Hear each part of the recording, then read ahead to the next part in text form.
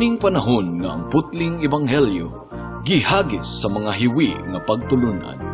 Kinahanglan mo barug ang mga tinunan ni Kristo sa pagpakigbisog sa paglaban sa pagtuo, nga magkausa ug alang sa tanang panahong gihatag sa Dios ngadto sa iyang katawan. Maoy hinungdan nga namugna kining tulumanon ang putling ebanghelyo. 30 minutos nga pagsabwag sa tinuod nga ebanghelyo. Kauban ni Pastor Jeremias Hangad, ang putling ebanghelyo.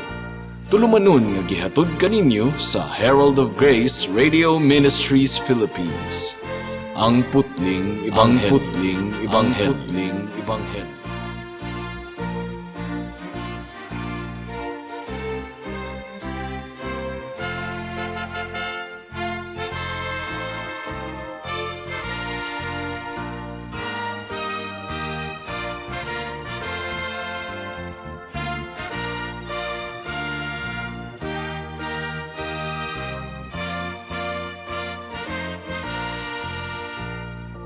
Mayong hapon, Dapitan City, Dipolog City, Zamboanga del Norte, Zamboanga, Sibugay, Misamis Occidental ug kutob sa tanang gidala sa Ginoo sa pagpaminaw ni ining atong programa nga giuluhan og ang putling ebanghelyo. Kini ang inyong igsuon ug higala sa kahanginan si Pastor Jeremias Lauri Hangad sa Herald of Grace Radio Ministries Philippines, dinuyugan sa iglesia nga nag-sponsor ni ining atong programa, ang Salitran Covenant Bible Church sa Barangay Salitran, Dakbayan sa Dasmariñas, probinsya sa Cavite. Ang atong teksto ning takna sa kahaponon makita sa mga Buhat kapitulo 20 bersikulo 13 hangtod sa 16. Ang giingon dire: Miuna kami gikan ug milawig ngadto sa Asos aron among hapiton si Pablo, kay mauman kini ang iyang gitugon kanamo kay nagbaktas man siya pag-adto didto. Sa iyang pagsugat kanamo sa Asos, gipasakay namo siya ug nipadayon kami sa Mitilini.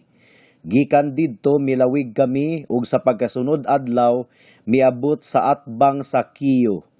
Paglabay sa usa ka adlaw miabot kami sa Samo ug sa pagkasunod adlaw midangat sa Milito. Mihukom si Pablo nga mulabay lamang sa Efeso aron dili siya malangan didto sa lalawigan sa Asia, kay nagdali man siya aron makaabot sa Jerusalem sa adlaw sa Pentecostes. May the Lord bless the reading and hearing of His word. Sa kungano nga gipili ni Pablo nga mag-land travel nga nag-inusara mga kahigalaan, kaysa musakay og barko kauban ni Lucas ug sa mga kaigsuunan, wala kita masayod. Tataw kaayo nga ang biyahe gikan sa Troas padulong sa Asos, mas paspas kaayo pinaagi sa land travel, kining pagbaktas lamang, kaysa musakay og barko. So pwede raman unta nga magkuyog na lang sila og baktas tanan kung ang pagdaginot sa oras ang gipalabi ni Apostol Pablo. Apan nganong gipili man ni Pablo nga magbaktas nga mag-inusara? Wala giingon sa atong teksto, apan nagtuo ko nga gusto lang ni Pablo nga mag-inusara sa pagbaktas aron makaampo siya sa Ginoo og duro samtang nagbiyahe siya, ug aron makapamalandong siya og duro mahitungod sa iyang pagduaw sa Jerusalem. Tungod kay kung duna siya ay mga kauban sa iyang pagbaktas, dili gayud siya makakonsentrate sa pagpamalandong ug sa pagampo. Ang giingon sa manunulat nga si Warren Wiersbe, paminawan ninyo mga kahigalaan, while Paul loved the fellowship of other saints, he knew he must get alone with God and seek His mind. Ang buti pasabot, tinuod nga nahigugma si Pablo nga makig-uban sa iyang mga kaigsuunan sa pagtuo, apan nasayod usab siya nga gikinahanglan niya nga mag-inusara kauban sa Dios, aron makaampo og duro ug makapamalandong sa iyang pulong ug sa pagpangayo og kalamdagan sa kabubuton sa Ginoo, mahitungod sa iyang pag-adto sa Jerusalem.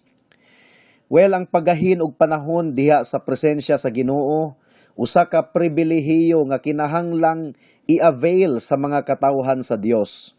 Mao nga sa atong pamalandong ning takna sa kahaponon, atong tun-an ang kinabuhi ni Haring David, nga gilarawan sa Biblia ingon nga tawo nga nahigugma kaayo sa Ginoo. He was a man after God's own heart. Paminawan ninyo ang Salmo Kapitulo 119, versikulo 26. Ang giingon ni Haring David diri, gisugid ko ang tanan kong nabuhat, o gitubag mo ako, tudloi ako sa imong mga balaod. Ang kalibutanon nga mga tawo, mga higalaan, dili gayod makahuna-huna sa Ginoo. Kung makahuna-huna man sila, talagsaon ra gayod kaayo, usually kung doon na problema. Nagkinabuhi sila nga halayo kaayo sa Dios, ug wala sila'y pakigsandurot sa Dios. Paminawan ninyo ang giingon sa Salmo Kapitulo 14, versikulo 1. Ang giingon diri, ang buang-buang muingon sa ilang kaugalingon, walay Dios. Apan baliktad kaayo ni ana ang paminsar sa mga tinuod nga magtotoo, mga kahigalaan. Ilang giila ang Dios sa tanang dapit, ug ilang gituuhan nga nagtan-aw kanila ang Dios sa tanang mga panghitabo sa kinabuhi. Ug nakigsandurot sila sa Dios, bisag asa pa sila kapadpad. Mao nga sa atong gibasa kanina sa Salmo 119, versikulo 26, nakita nato nga si David nakig-istorya gayod sa Dios. Gidungog usab siya sa Dios ug nasayod siya nga namati gayod ang Dios kaniya. Ug dayon nangaliyupo siya sa Ginoo pinaagi sa pag-ingon, tudloi ako sa imong mga balaod. Nagtuo ako mga kahigalaan nga usa kini sa dako kaayong kalainan tali sa magtotoo ug sa dili magtotoo. Tali sa tawo nga may kahadlok sa Dios ug sa tawo nga walay kahadlok sa Dios. Kay sa tinuod lang, ang unang pinakaimportanteng leksyon nga makatunan sa usa ka tawo mao nga mailhan niya ang Ginoo, ug ikaduha nga mailhan usab niya ang iyang kaugalingon. Ug tungod kay ang dili magtotoo bagsak man sa unang leksyon, bagsak usab siya sa ikaduha. Wala niya mailhi ang Dios, wala usab niya mailhi sa tiunay gayod ang iyang kaugalingon. Apan ang tinuod nga magtotoo, nakaila gayod sa iyang kaugalingon. Gipakita kini sa Salmo 119, versikulo 26, kay kung wala pa niya mailhi ang iyang kaugalingon, wala unta siya muingon nga, gisugid ko ang tanan kong nabuhat, o gitubag mo ako, tudloi ako sa imong mga balaod. Apan kanunay si David nga nagsusi sa iyang kaugalingon, ug kanunay siyang nagtuon bahin sa kinasuluran sa iyang kasing-kasing. Mao nga kung muduol siya sa Ginoo diha sa mga pag-ampo ug pamalandong, tinuuray gayud siyang musugid sa tanan niyang nabuhat o gitubag siya sa Dios. Mao kini giingon sa atong teksto. Ug example sa iyang pagsusi sa iyang kaugalingon, nadiskubrihan niya ang iyang pagka-ignorante ug walay alamag. Mao nga sa katapusang bahin sa Salmo 19, versikulo 26, nangaliyupo siya sa Dios pinaagi sa pag-ingon, tudloi ako sa imong mga balaod. So nakita nato sa Salmo 119, versikulo 26, ang usa ka tawo nga naggahin og oras nga mag-inusara kauban sa Ginoo. Si Haring David kini, mga kahigalaan. Ug adunay tulo ka butang nga atong makatunan mahitungod kang Haring David, the man after God's own heart, according to the Bible. Una, iyang gisugid ang tinuod niyang kahimtang sa Dios. Gisugid ko ang tanan kong nabuhat. Ikaduha, nagmaya siya sa tubag nga iyang nadawat gikan sa Ginoo. Ug gitubag mo ako. Ug ikatulo, nangayo pagayod siya og dugang pang pagiya. Tudloi ako sa imong mga balaod, matud pa ni Haring David. Mudangat na kita sa unang punto. Gisugid ni David ang tinuod niyang kahimtang sa Dios. Gisugid ko ang tanan kong nabuhat, matud pa niya. Ug mao kini ang pinakaunang pinulungan sa tawo nga naghinulsol sa iyang mga sala, mga kahigalaan. Asa niya gisugid ang iyang sala? Sa Dios, dili sa pari, dili sa confessional kundili sa Dios. Gikumpisal niya ang iyang mga sala kang Kristo nga atong pangulong pari sa bag-ong kasabutan. Kang Kristo nga matinud-anon gayud nga mupasaylo sa tanan tang mga sala kung ato kining isugid kaniya. Mao kini ang pinakaunang ang-ang sa atong pagkakristohanon, ang pag-ila nga kita makasasala ug paghinulsol sa tanan tang mga sala ug pagtuo sa gahom sa dugo ni Hesus aron sa paghinlo sa tanan tang mga kasalanan. Ang tinuod nga naghinulsol dili maglipod-lipod sa iyang kasalanan at tubangan sa Ginoo. Dili mangulipas, dili mopalusot, kundili maghinulsol uban sa pagdangup kang Kristo alang sa kapasayloan ug kaluwasan. Higala, hangtod karon ba imong gilimod ang imong mga sala at tubangan sa Ginoo? Walay pulos kun mangulipas ikaw pinaagi sa pag-ingon nga buutan man pud ka, matinabangon, wala mamintaha sa uban. So ang Dios na ang bahala nimo. Walay pulos ka na higala. Tungod kay walay buta nga matago at tubangan sa Ginoo. Nasayod ang Dios kung unsa kahugaw ang imong kasing-kasing higala. Mas maayo nga atong angkunon ang atong mga sala sa iyang atubangan, aron iya kining mahinluan, ug aron iya na kining kalimtan hangtod sa kahangturan. Katong gitawag sa Ginoo si Moises, aron manguna sa pagpagawas sa mga Israelita gikan sa Ehipto, bisag unsa na lang ang rason ni Moises aron makabalibad sa tawag sa Ginoo. Dili kuno siya maayong mangistorya, lahi na lang kuno ang tawgon sa Ginoo, bisag unsa na lang gani ang pangatarungan ni Moises aron makalikay sa tawag sa Ginoo. Apan gidiritso siya sa Ginoo sa Exodus kapitulo 4 bersikulo 19 sa pag-ingon nga ayaw kahadlok ang tanang gustong mopatay kanimo didto sa Ehipto wala na, nangamatay na silang tanan. So wala giangko ni Moises ang tinuod nga rason nganong mibalibad siya sa tawag sa Ginoo. Apan nasayod ang Dios sa tinuod nga rason, nahadlok siyang mubalik sa Ehipto tungod kay daghan mang gustong mopatay niya didto. Mao nga gidiritso siya sa Ginoo og prangka nga nangamatay na ang tanang gustong mopatay kaniya. Ug nagtuo ko mga kahigalaan nga walay tawo nga makasugid sa tinuuray niyang kahimtang at tubangan sa Ginoo kung wala siya tanduga sa balaang espiritu. Imposible gayud kana mga kahigalaan. Kung wala tanduga sa Ginoo ang kasing-kasing sa usa ka tawo, magpabilin kining buta ug magpabilin kining gahi. Sa sumbingay ni Jesus mahitungod sa anak nga badlungon, wala mo paubos ang anak ug mipauli sa iyang amahan kung wala pa siya makahinuklog. Niadtong giablihan na sa Ginoo ang iyang kasing-kasing, sa walay paglangan-langan pa, mipauli siya sa iyang amahan ug nagpaubos ug misugid sa tanan niyang mga sala. Well, ang sala, mga kahigalaan, mura na siya og kanser, nga gianam-anam ug kutkot ang atong lawas hangtod nga tiunay na gayud kining maluya ug mamatay. Ang sala mura og cancer. Makapalaglag kini sa atong kalag. Gawas na lamang kung matambalan kini sa bugtong Dios nga mananambal sa atong kalag. Wala nay lain kundili ang atong Ginoong Hesukristo. Ang makasasala nga nakasabot sa gahom sa dugo ni Hesukristo. Dili gayud magpanuko sa pagtawag kaniya, sa pagsugid sa tanan niyang mga sala kaniya, pagpangaliyo po alang sa kapasayloan pinaagi sa iyang hamili nga dugo. O kung sa abogado pa, ang tinuod nga sad-an musugid gayud tanan sa iyang abogado. Aron ang iyang abogado na ang mag-igo sa paglaban kaniya didto sa korte.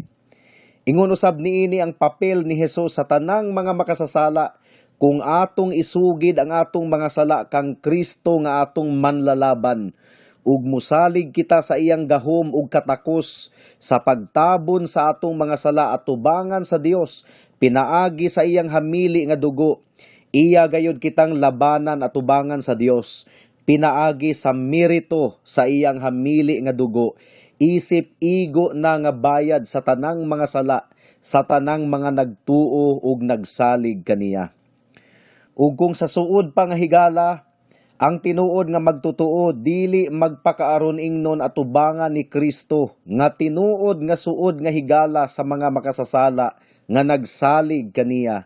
Jesus, what a friend of sinners. Dili nila ilimod ang ilang sala atubangan ni Kristo.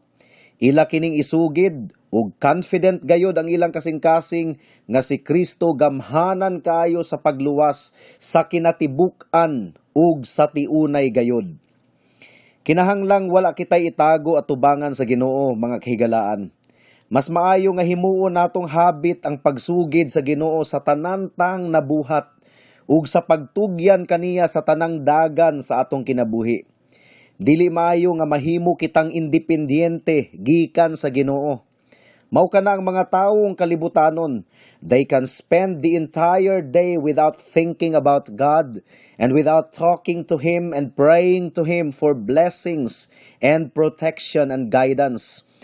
Pwedeng musalop ang adlaw nga wala nila sangpita ang Ginoo, wala gani sila kahuna-huna sa Ginoo, wala sila mudangup sa Ginoo.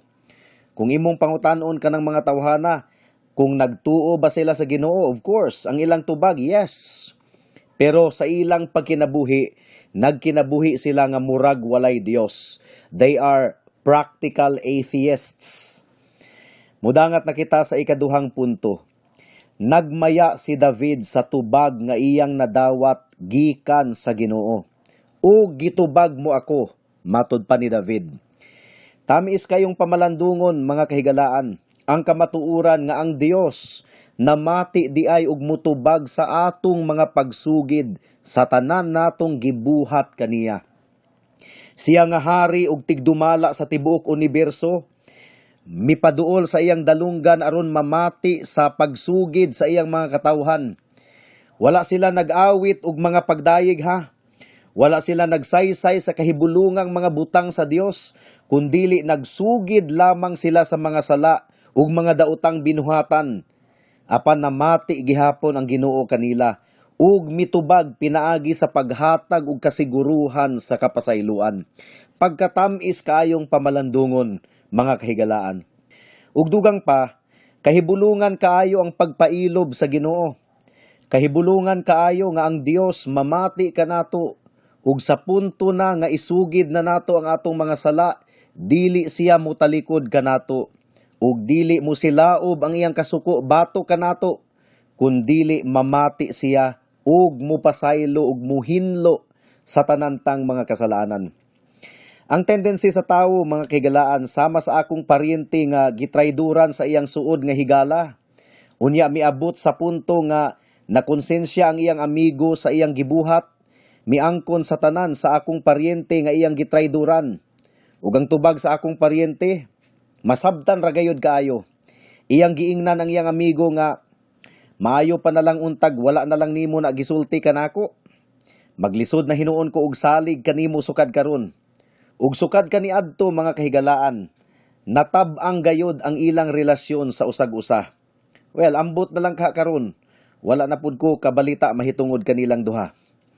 Apan dili susama sa reaksyon sa akong paryente ang reaksyon sa Ginoo, mga kahigalaan, kung isugid nato kaniya ang atong mga sala.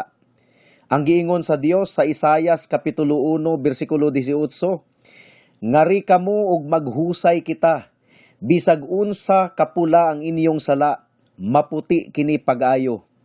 Bisan pa kinig dagtum pula, maputi kini sama sa balhibo sa karniro. So nakita ninyo, mga kahigalaan, pagapapason sa Dios ang atong mga sala, sama sa pagpapas niya sa dagom, human kini mabundak ingon nga ulan sa yuta.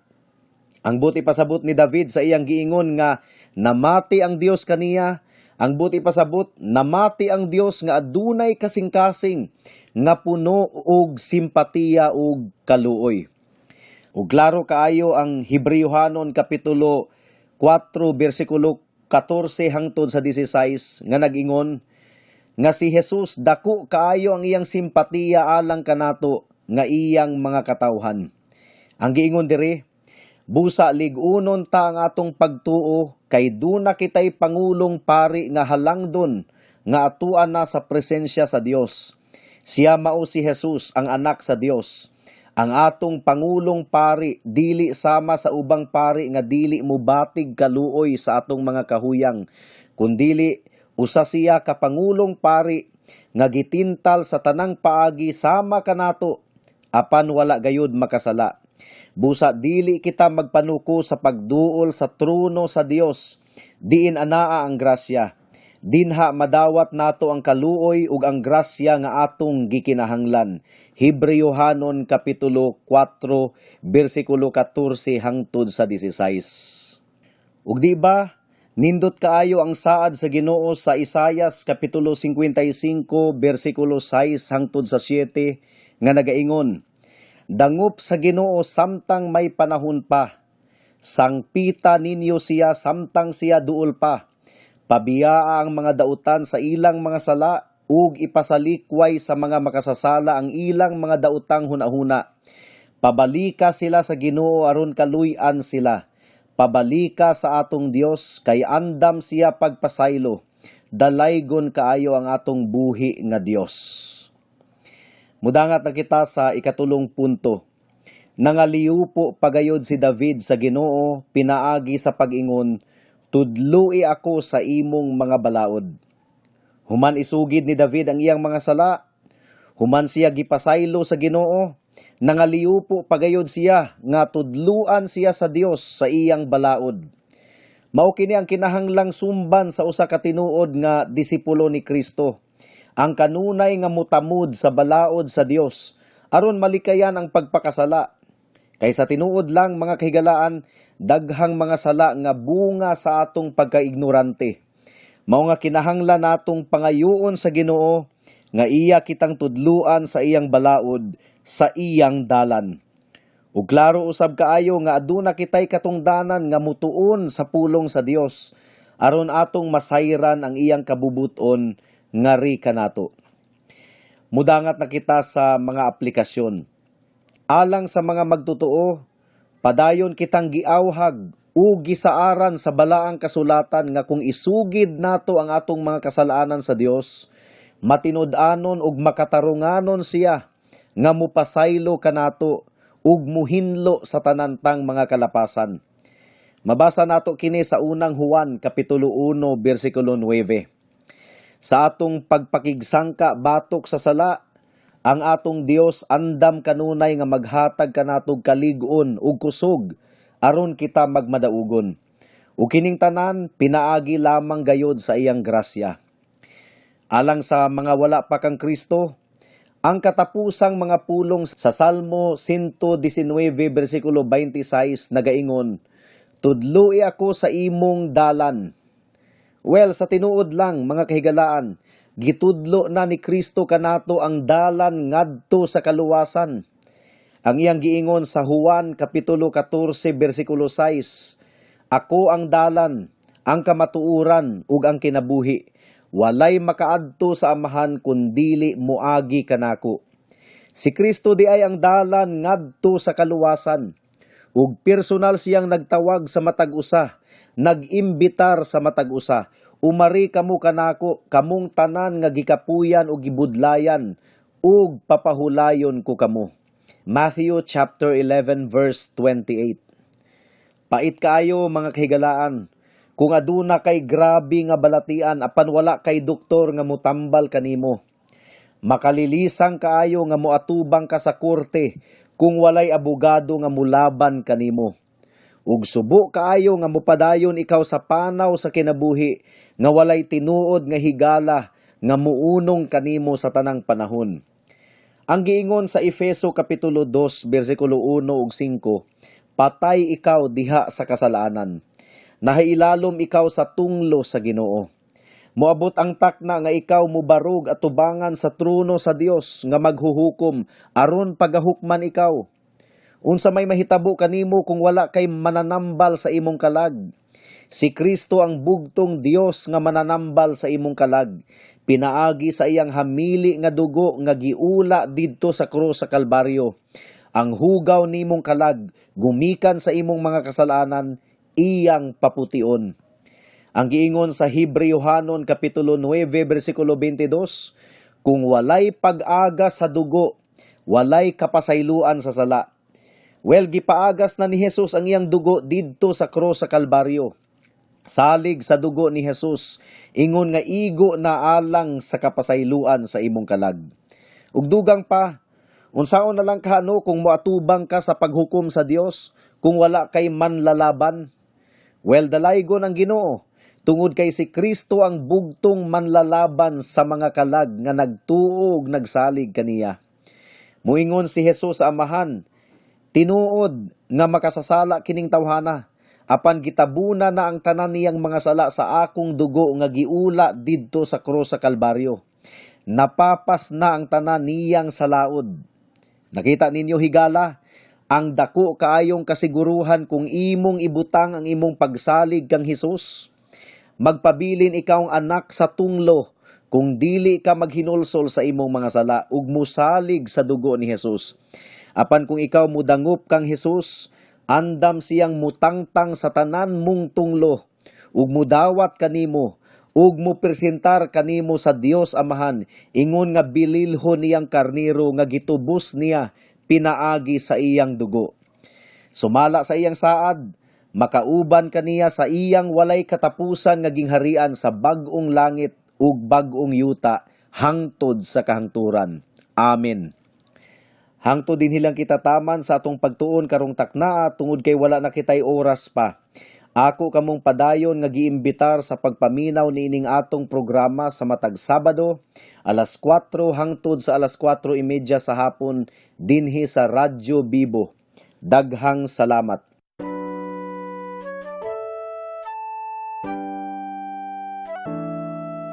Noon ay bulag ako sa daan ng kaligtasan.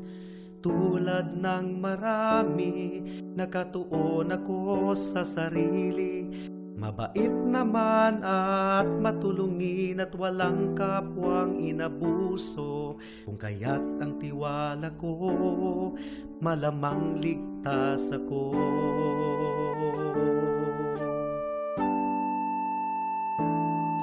Ngunit ang isipan ko'y binuksan ng Panginoon. Bigat ng kasalanan ko'y pinakita niya sa akin. Dagdag pa ang aking puso, likas na sa Diyos ay umaayaw. Kung kaya't ako'y nabahala sa aking kaluluwa. Ano nga bang batayan ng katubusan at kaligtasan ng isang katulad kong makasalanan?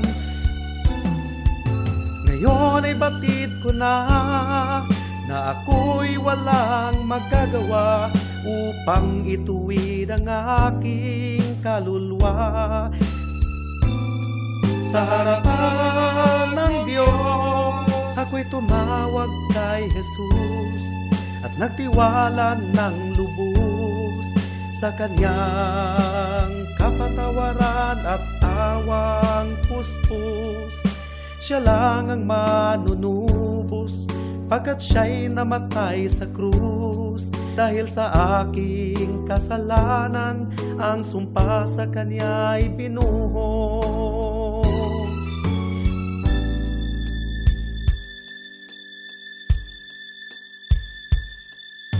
Ngayon ay tiyak ko na ang aking kaligtasan, aking nararanasan, tunay na kapayapaan. Ang puso ko'y binago niya, ang buhay ko'y inayos niya. Purihin si Jesus sa dakilang biyaya niya. Ang puso ko'y binago niya, ang buhay ko'y inayos niya. Purihin si Jesus sa dakilang biyaya niya. Alang sa dugang nga mga pangutana, mahimong mo text kang Pastor Jeremias hangad sa 744-3030.